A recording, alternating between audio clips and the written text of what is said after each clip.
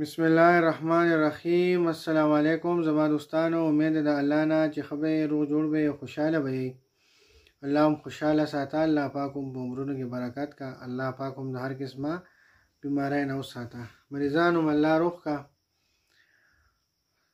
د الله پاک یو کم سل نمونه دي. د نبی علیه الصلاۃ والسلام ارشاد مبارک دی چې څوک دا یو کم سل نمونه یاد کړي نو الله پاک په جنت ته بوزي. الله پاک پته خوشاليږي. الله پاک په خپل قهر نه نازلوي. الله پاک په د خپل خزانو نه رزق ورکوي. الله ول خسته بیان ورکوي او الله پاک په هر نعمت ورکوي. یو کم سل نمونه دي دته اسماء الحسنا وای. په اسانه باندې هر ځای کې ملاويږي. په کتابونو کې هم ملاويږي. یا ځنې قرآن شریفونه چې سړی کولاو کی نو یو طرف ته اول اسماء الحسنا د الله پاک نمونه صفاتونه. دا صفاتونه چې څوک یاد کی نو الله ته ډیر زیات خوشاله شي او الله پاک په خپل فضل او کرم کی او د جنت ګارانټي ده. چا چې دا نمونه یاد کړل الله پاک په خامخا جنت ته بوزي.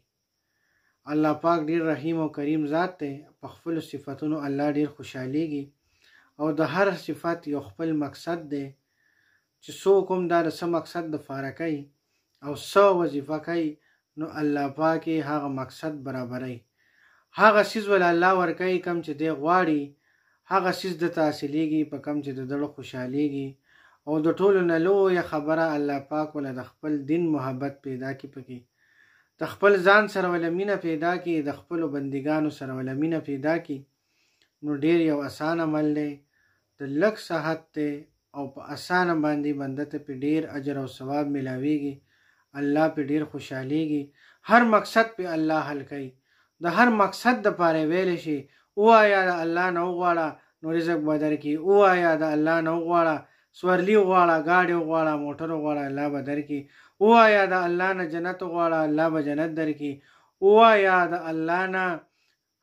الله نه نیک اولاد غواړه الله به نیک اولاد درکې. وایا وغواړه د الله نه نعمت غواړه الله به نعمت درکې. وایا او وغواړه د الله نه رخصت غواړه الله به د رخصت درکې. وایا وغواړه د الله نه د هر بیماری پناه غواړه نو الله به در لپناه درکې. نو ډیر آسان عملونه دي. الله مونږ ته آسان کړی دي او الله په ډیر زیات خوشاليږي. الله په خپل نیمونو باندې په خپل صفات باندې ډیر زیات خوشاليږي. الله پاک رحیم او کریم ذات دی. الله پاک جل جلاله ذات ته. الله پاک وحده لا شریک له ذات ته. الله صمد ذات ته. الله واحد ذات ته. د الله ډیر صفاتونه دي. اسماء الحسنا وتوای. په دې ویډیو کې به ان شاء الله موږ هغه ورم کو. دغه تصویر هم تاسو تخکاری په دې سکرین باندې. الله هم خوشاله ملګرو او الله پاک د لدنیک عمل توفیق درکا او الله پاک د رمضان مبارک د روزي در باندې په خیر سره تیرې کا. الله پاک هم په دې روزو کې د تبخنو کې او خپل دین ته نږدې. الله پاک ته مال او تاسو لا د نیک عملونو توفیق راکړي. الله دې زموږ نه رضا شي او الله دې زموږ نه خوشاله شي. السلام د الله